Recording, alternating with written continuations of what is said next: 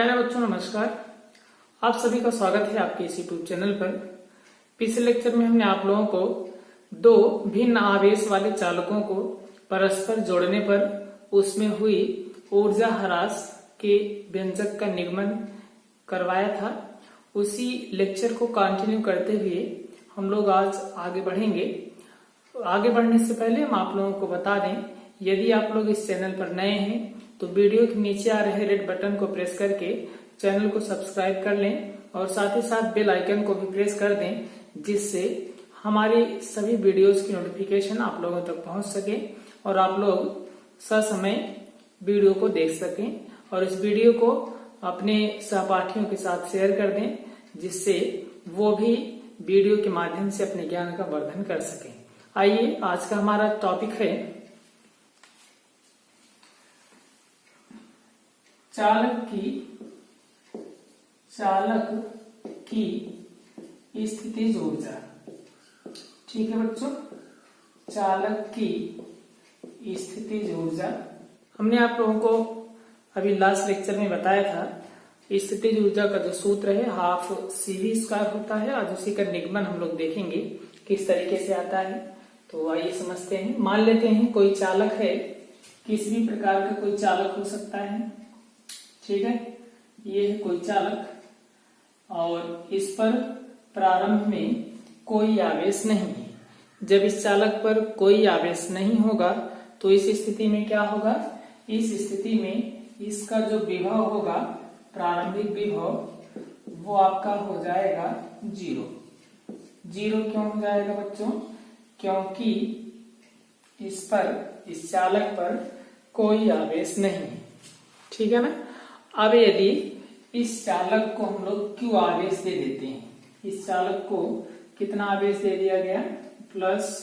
+Q आवेश अगर दे दिया जाए तो मान लेते हैं इसका जो विभव है वो 0 से बढ़ करके आपका कितना हो जाता है?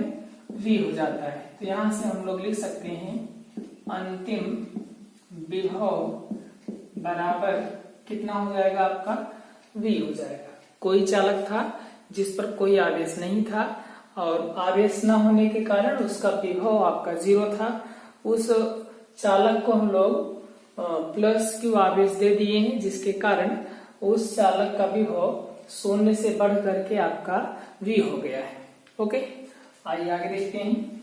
इसके बाद चालक पर औसत विभव हम लोग निकालेंगे। औसत विभव बराबर आपका हो जाएगा, औसत का मतलब होता है प्रारंभिक और अंतिम दोनों को जोड़ करके बटे में आपका 2 लिख देना है। ठीक है ना। तो प्रारंभिक और अंतिम जोड़ करके दोनों बटे में 2 लिखेंगे तो यहां से आपका बनेगा 0 + V/2 = कितना हो जाएगा बच्चों? V/2। ये है आपका औसत विभव। ठीक है, इसलिए या अब हम लोग लिख सकते हैं चालक को आवेशित करने में, चालक को आवेशित करने में किया गया कार्य यानी कि कृत कार्य बराबर, कृत कार्य यानी कि W हम लोग लिख सकते हैं। कार्य बराबर होता है W बराबर VQ, आप लोग जानते होंगे। तो यहां से हमें मिलेगा कार्य W बराबर औसत विभव या नीचे लिखते हैं W = औसत विभव और गुणे कितना हो जाएगा बच्चों? आवेश हो जाएगा, क्योंकि W बराबर होता है V × Q। ठीक है, तो यहां से हमारा बनेगा W = औसत विभव का मान आपका दिया गया है V/2 इंटू, और आवेश का मान आपका कितना है बच्चों? आवेश का मान है Q। तो यहां से हमारा मिल गया W = 1/2 VQ। ठीक है ना। हम लोग जानते हैं सिंस स्थितिज ऊर्जा जो होती है आपकी, स्थितिज ऊर्जा U बराबर होता है किए गए कार्य के। ठीक है, स्थितिज ऊर्जा बराबर किसके होता है बच्चों? कृत कार्य के होता है। तो इसलिए आपका यहाँ से मिल जाएगा U बराबर किया गया कार्य आपका W है, तो U बराबर हो जाएगा W के।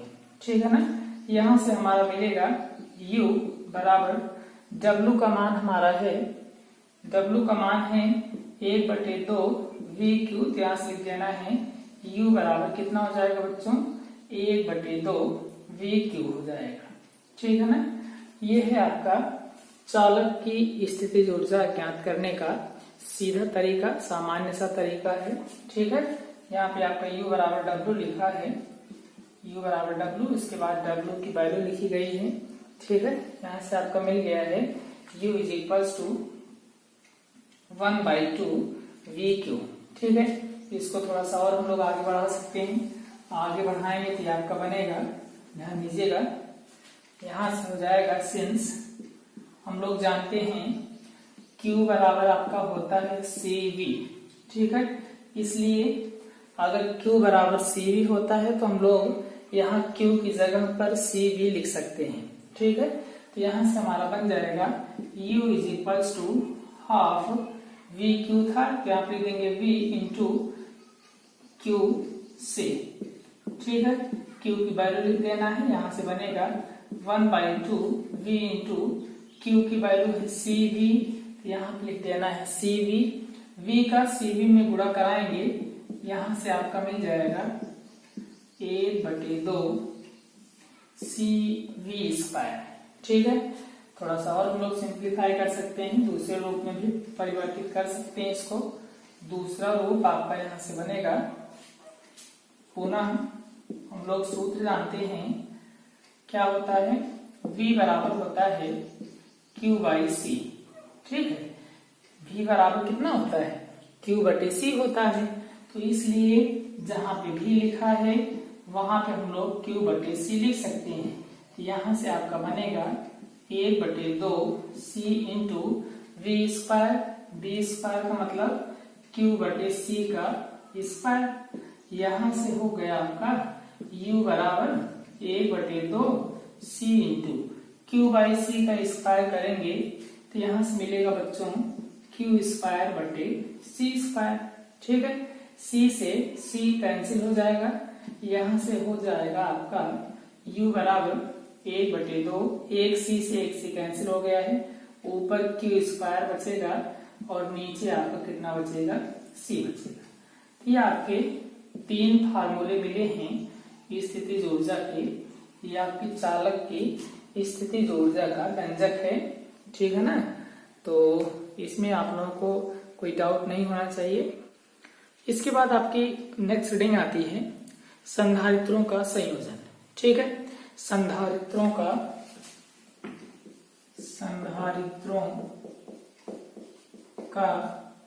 संयोजन बच्चों। ठीक है, ध्यान से समझिएगा, बेहद आसान है। आप लोगों ने कक्षा 10 में पढ़ा होगा प्रतिरोधों का संयोजन, अभी यहाँ भी पढ़ाया जाएगा, और उससे पहले आपका आया हुआ है संधारित्रों का संयोजन, उसको हम लोग देखेंगे। संधारित्रों का संयोजन 2 प्रकार से होता है। ठीक है, मुख्यतः 2 प्रकार से होगा, तो उन दोनों प्रकारों की हम लोग व्याख्या 1 by 1 करेंगे। सबसे पहला प्रकार होता है आपका श्रेणी क्रम संयोजन में। ठीक है, और दूसरा आपका होता है समांतर क्रम संयोजन में। ठीक है, तो सबसे पहले हम आप लोगों को बताते हैं श्रेणी क्रम संयोजन। ठीक है ना, तो संधारित्रों के संयोजन का पहला संयोजन है श्रेणी क्रम संयोजन। ठीक है, सीरीज में हम लोग देखेंगे, सीरीज कॉम्बिनेशन है। तो यहाँ पे ध्यान दीजिएगा, चित्र पे विशेष ध्यान देंगे क्योंकि यहीं से सब कुछ होना है। मान लेते हैं कोई 3 समांतर प्लेट संधारित्र जिनकी धारिताएं क्रमशः C1, C2 और C3 हैं। ठीक है, श्रेणी क्रम में चित्रानुसार जोड़ी गई। तो देखते हैं किस तरीके से जोड़ना है। ये पहला संधारित्र हो गया, ये हो गया आपका दूसरा संधारित्र, ठीक है ना। ऐसे ही आपका यहां से हो जाएगा ये तीसरा संधारित्र। ठीक है, 3 संधारित्र हैं जो कि समांतर क्रम में श्रेणी क्रम में जोड़े गए हैं और इन संधारित्रों में से पहले संधारित्र की पहली प्लेट से हम लोग आवेश देंगे। यहां से आवेश प्लस क्यू देना है। याद होगा बच्चों, हमने आप लोगों को बताया था जब आवेश दिया जाता है तो ये जो आवेश होता है वो आवेश पूरी प्लेट पर एक समान रूप से वितरित हो जाता है। तो ये प्लस प्लस प्लस प्लस आवेश वितरित हो जाएगा। ठीक है, तो इसको जानने से पहले हम पहले संधारित्रों को जोड़ लेते हैं। संधारित्रों को जोड़ने का मतलब ये है, ऐसे इस तरीके से कंबाइन कर देना है। ये हो गया, पहले से दूसरा जुड़ गया, अब दूसरे से तीसरे को जोड़ लेना है। ओके, अब देखिए हमने इनकी धारिताएं माना है। पहले की धारिता C1, दूसरे की धारिता C2 और तीसरे की धारिता कितनी है बच्चों? C3। ठीक है ना।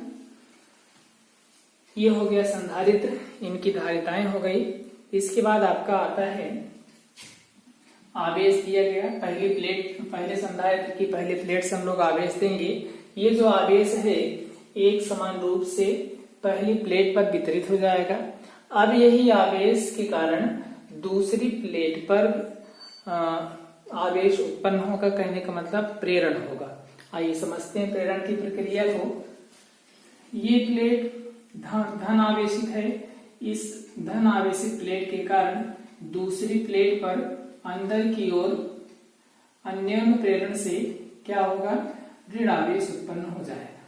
ठीक है, और ये ऋण आवेश अंदर की ओर उत्पन्न होगा। चूंकि इस पर कोई आवेश नहीं है इसलिए इसको संतुलित करने के लिए बाहर plus Q plus Q plus Q आवेश हो जाएगा। ठीक है, अब जब plus Q plus Q plus Q आवेश एक समान रूप से हो जाएगा तो आप लोग देख रहे हैं बाहर से जो पहला संधारित्र है वो दूसरे से जुड़ा है। तो यही आवेश हमारा प्लस क्यू जो होगा वही आ जाएगा किस पे? दूसरी संधारित्र की पहली प्लेट पर। ये हो जाएगा एक समान रूप से वितरित। ओके, अब एक समान रूप से जब ये वितरित हो गया, सेम प्रोसेस जो यहाँ पे हुआ था वही यहाँ भी होगा। अब इसके कारण, प्रेरण के कारण दूसरे संधारित्र की दूसरी प्लेट पर अंदर की ओर ऋण आवेश उत्पन्न होगा और बाहर की ओर धन आवेश होगा। अब बाहर की ओर वाले धन आवेश पूरा चले जाएंगे तीसरे संधारित्र में, क्योंकि ये तीसरे से जुड़ा है। ठीक ऐसे ही जैसे कि यहाँ पे हुआ था वही प्रोसेस फिर से होना है। अंदर की ओर पूरा का पूरा प्लस आवेश होगा वो एक समान रूप से वितरित हो जाएगा। ठीक है ना। और इसके प्रेरण के कारण इसमें माइनस माइनस माइनस माइनस अंदर की ओर हो जाएगा, बाहर की ओर प्लस आवेश होगा। इसको हम लोग ले जा करके पृथ्वी से जोड़ देंगे। ठीक है, पृथ्वी से ले जाके इसको कनेक्ट कर देना है।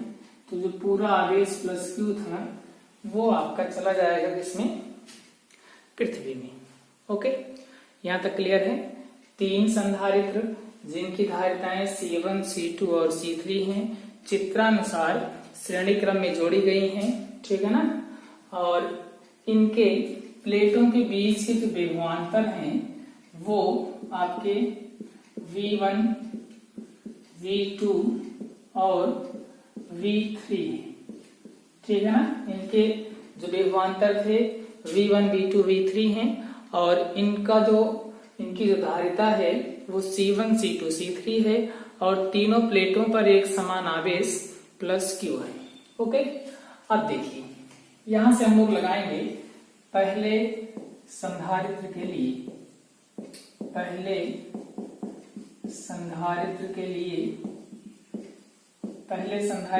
हम लोग लगाएंगे V is to Q by C से।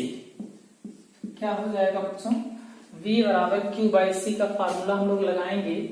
यहां से तो पहले संधारित्र का जो विभव है वो आपका है V1 इज इक्वल टू हो जाएगा आवेश तो सब पे Q है, तो यहाँ से हो जाएगा Q बटे में C की जगह पे क्या हो जाएगा बच्चों C1 क्यों होगा?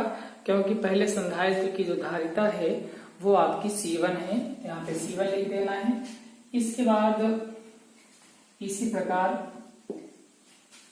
ऐसे ही काम हम लोग कर लेंगे दूसरे और तीसरे संधारित्र के लिए भी। इसी प्रकार दूसरे संधारित्र के लिए क्या हो जाएगा बच्चों? V2 इज इक्वल्स टू आपका बनेगा Q अपान C2, ठीक है ना। V2 is equals to Q upon C2 हो जाएगा। और तीसरे संधारित्र के लिए भी ऐसे ही होना है।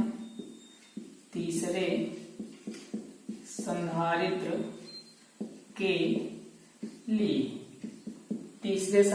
के लिए हम लोग लिखेंगे V3 इज इक्वल्स टू कितना बनेगा आपका Q अपान में C3, ठीक है ना। इतना आप लोगों को समझ में आ रहा होगा। पहले संधारित्र के लिए V1 is equals to Q by C1 हो गया, दूसरे संधारित्र के लिए V2 is equals to Q by C2 हो गया, एंड तीसरे संधारित्र के लिए V3 is equals to Q upon C3 हो गया है। तीनों संधारित्रों के लिए बच्चों आपके विभव निकल गए हैं, ठीक है। तो अब यहां से हम लोग आएंगे अब तीनों संधारित्रों का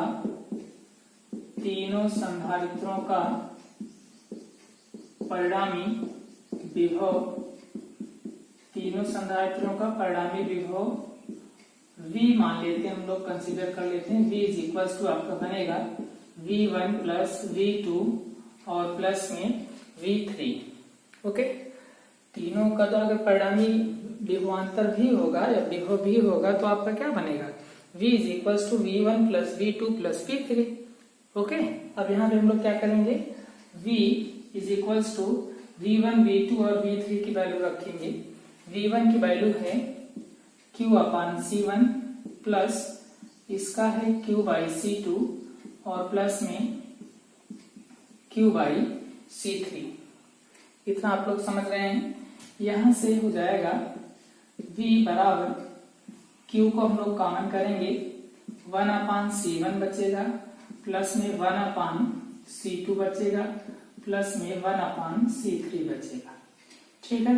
Q को इस साइड ट्रांसफर कर लेंगे, V by Q is equals to हो जाएगा 1 upon C1 plus 1 upon C2 plus 1 upon C3, ठीक है ना। यहाँ तक समझ में आ रहा है। अब हम लोग जानते हैं Q बटे V is equal to C होता है, यानी कि C बराबर Q बाई V होता है। तो उसी का अपोजिट करके लिखा है, कहने का मतलब क्या लिखा है? V बाई Q लिखा है। तो हम लोग इसकी जगह पे क्या लिख सकते हैं बच्चों? 1 बाई C लिख सकते हैं। अगर ना समझ में आए तो Q की वैल्यू लिख देंगे, Q बराबर C भी हो जाएगा, लिख देते हैं V अपान में CV is equals to 1 upon C1 plus 1 upon C2 plus 1 upon C3, ठीक है ना। अब क्या होगा बच्चों? V से V हो जाएगा कैंसिल, यहां से आपका मिलेगा 1 by C is equals to 1 by C1, 1 by C2 and 1 by C3। ये आपका है श्रेणी क्रम संयोजन में 2, 3, 4 जितने भी होंगे आपके यहाँ पे 3 जोड़े गए थे। 3 संधारित्र की जो तुल्य धारिता है उसका व्यंजक है। इसी प्रकार अगर मान लीजिए 2 संधारित्र जुड़े होते तो यहाँ से आपका बन जाता 1 by C is equals to 1 by C1 plus 1 by C2। ऐसे 4 होते तो 1 by C1 plus C2 plus C3 plus 4, इस तरीके से हमें बढ़ा लेना है, ठीक है ना।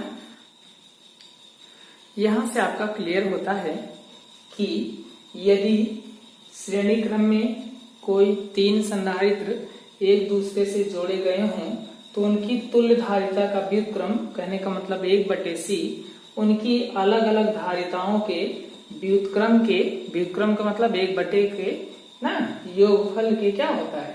बराबर होता है, एक बार फिर से आप लोग क्लियर कर लेंगे। यदि श्रेणी क्रम में 3 संधारित्र परस्पर जोड़े गए हैं तो उनकी तुल्य धारिता का व्युत्क्रम उनकी अलग अलग धारिताओं के व्युत्क्रमों के योग के बराबर होता है। ठीक है ना बच्चों। इसके बाद आपका नेक्स्ट आता है सेकेंड पॉइंट, समांतर क्रम संयोजन। ठीक है, उसको देखेंगे हम लोग। ठीक है, ऐसे ही करना है, थोड़ा सा चेंजमेंट जरूर आएगा, तो उसको हम लोग देखते हैं। पहले यहाँ इरेज कर लेते हैं इसको और फिगर पे विशेष ध्यान देंगे आप लोग। आइए देखते हैं। सेकेंड आपका है समांतर क्रम संयोजन। ठीक है बच्चों, समांतर क्रम संयोजन। आइए देखते हैं, समांतर क्रम संयोजन को देखेंगे। मान लेते हैं 3 संधारित्र जिनकी धारिताएं C1, C2 और C3 हैं परस्पर समांतर क्रम में चित्रानुसार जोड़े गए हैं। तो किस तरीके से जोड़े जाएंगे इसको ध्यान दीजिएगा आप लोग। ये पहला संधारित्र है, ऐसे ही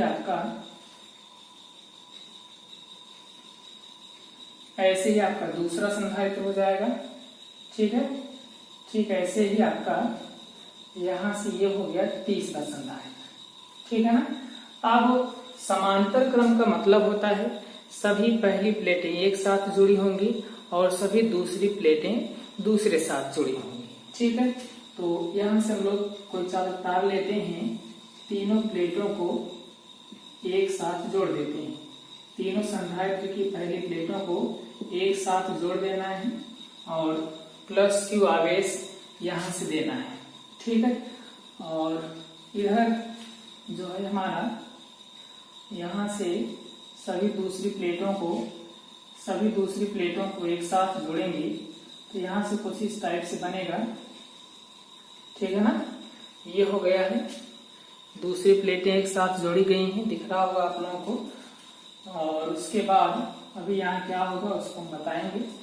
और यहाँ से ध्यान दीजिएगा, 3 संधारित्र जिनकी धारिताएं C1, C2, C3 हैं क्रमशः चित्रानुसार इस तरीके से जोड़ी गई हैं।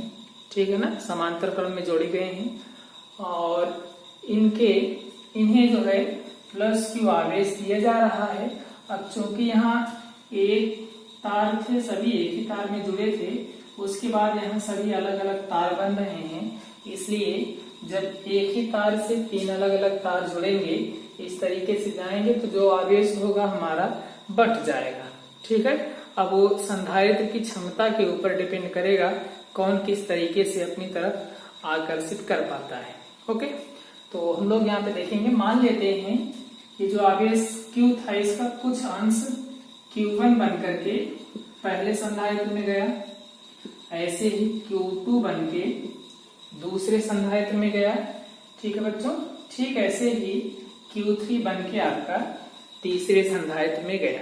अब आवेश हम लोग प्लस Q दे रहे थे, प्लस Q आवेश जब हम लोग देते हैं तो ये दिया जाने वाला आवेश अंदर वाली प्लेट पर एक समान रूप से वितरित हो जाता है। ठीक है, एक समान रूप से वितरित हो जाएगा। तो ये plus Q plus Q plus Q हम लोग वितरित कर देंगे। इसके पश्चात प्रेरण के कारण सभी संधारित्रों की दूसरी प्लेट पर अंदर की ओर ऋण आवेश आएगा। ठीक है बच्चों, ऋण आवेश आएगा। इस ऋण आवेश को संतुलित करने के लिए बाहर की तरफ आपका धन आवेश आएगा, उत्पन्न होगा। अब चूंकि धन आवेश को हमें समाप्त करना है, यानी हटाना, यहाँ से हटाना इसलिए है क्योंकि प्लस माइनस दोनों एक दूसरे को जब उदासीन कर देंगे तो इनके प्लेटों के बीच कोई विभवांतर नहीं रह जाएगा।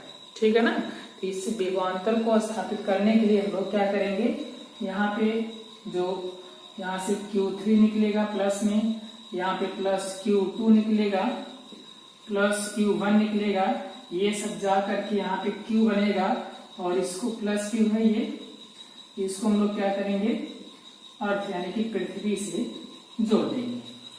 ठीक है बच्चों, दिख रहा है आप लोगों को, पृथ्वी से जोड़ देना है। ठीक है ना। अब आइए ध्यान देते हैं, थोड़ा ध्यान से समझिएगा। माना 3 संधारित्र जिनकी धारिताएं C1, C2 और C3 हैं, चित्रानुसार समांतर क्रम में जोड़े गए हैं। इनके प्लेटों के बीच का जो विभवांतर है एक समान है, क्योंकि प्लेटों के बीच की दोनों दूरियां यानी कि A और B के बीच ही सभी संधारित्र जुड़े हैं, इसलिए इनके प्लेटों के बीच का जो विभवांतर होगा वो आपका कितना बनेगा, V बनेगा। यहाँ से V लिख देना है। और इन पर जो आवेश हैं वो क्रमशः Q1, Q2 और Q3 है। ठीक है, अब आइए देखते हैं। हम लोग यहाँ से लिखेंगे पहले संधारित्र के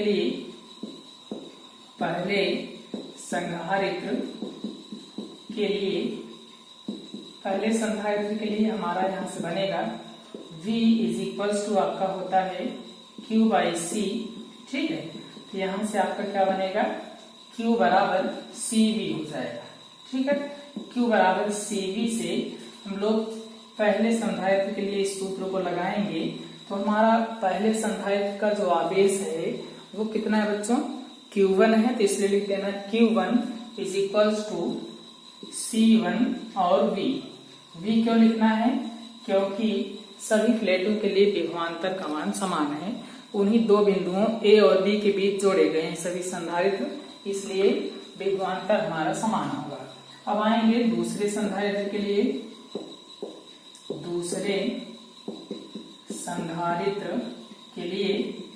दूसरे के लिए अगर हम लोग आएंगे तो यहाँ से क्या बनेगा, डायरेक्ट लिखते हैं इसी प्रकार भी, Q2 इज इक्वल्स टू आपका हो जाएगा C2 और V।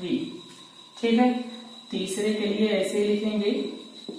तीसरे संधारित्र के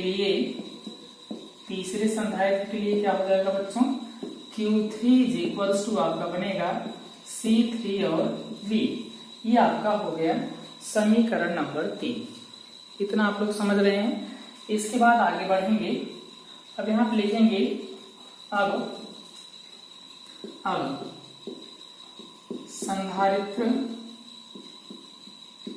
संधारित्रों का कुल आवेश, संधारित्रों का जो कुल आवेश है वो Q है। यहाँ से Q बराबर लिख देना है Q1 पहला आवेश प्लस दूसरा आवेश प्लस तीसरे पर आवेश।